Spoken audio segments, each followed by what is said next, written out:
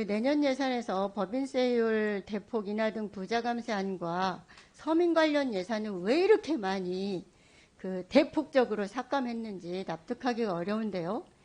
이 재정의 역할을 어려울 때일수록 더더욱 나서서 해야 되는데 경기 부양도 시켜야 되고 소득의 재분배도 시켜야 되고 자원의 재분배도 더욱더 잘 시키고 취약계층도 더 잘 보호해야 되는데 재정정책이 거꾸로 가고 있다고 생각합니다. 각성을 촉구하고요.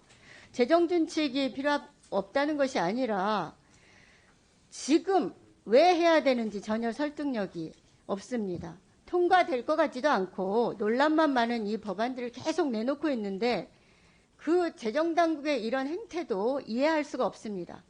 코로나나 경제 위기가 끝나지도 않았고 지금 고금리, 고물가, 고환율의 상황에서 내년부터 좋아지리라는 보장도 없는데 왜 이렇게 국가 채무 비율 60%의 관리재정 수지 마이너스 2%를 반드시 유지하기 위해서 국가재정법을 개정해야 된다라고 들고 나오는 것인지 다른 나라 60%도 지금 무슨 근거로 제시하시는 거예요? 60%가요. 어떤 근거인지 알긴 하십니까?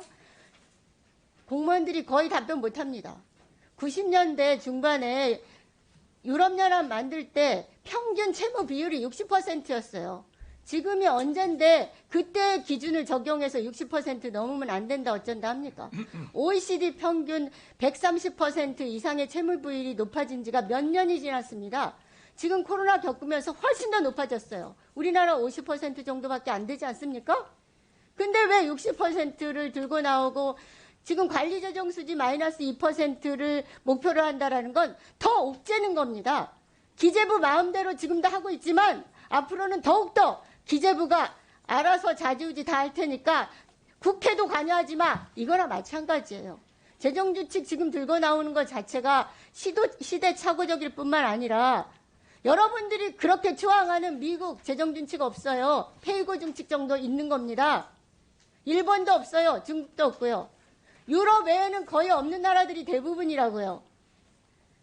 지금 그런 논란을 일으킬 것이 아니라 국민들을 어떻게 따뜻하게 국가 재정을 동원해서 보호하고 지원할 것인가를 더 역점 두십시오. 예, 말씀 좀 드릴까요? 명심하시기 바랍니다. 그리고요, 대통령 집무실 용산 이전과 관련해서 묻겠습니다. 지금 국민혈세가 들어가는 대통령 집무실 용산 이전이 깜깜이로 진행되고 있습니다.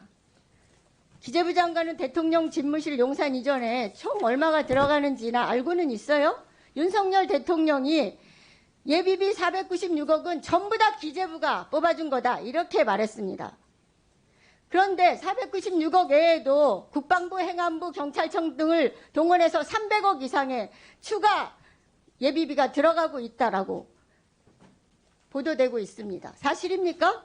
내역 파악하고 있습니다. 있습니까? 답변해 주십시오. 예, 그리고요, 예. 전용이냐, 이용이냐, 이체냐 이런 부분들에 대해서 공무원들도 다 헷갈려서 답변을 하고 있는데 제대로 답변하십시오. 예, 그 부분에 관해서 항목별로 그 경과와 금액 이걸 별도로 말씀을 드리도록 그렇게 하겠습니다. 다 관련 관련 절차에 따라 진행했다는 말씀을 드리고 특히 윤석열 정부에서 이번에 굉장히 건전 재정 기조를 확고히 한다는 굉장히 이 규모 폭을 예산 규모 폭을 크게 늘리지 않고 굉장히 타이트하게 가져왔습니다만 그 안에서도 소위 말하는 취약계층에 관한 지원은 대폭 늘렸다. 가장 중점을 뒀다 하는 말씀을 참고로 드리고 자세한 거는 자료로 말씀을 드리겠습니다.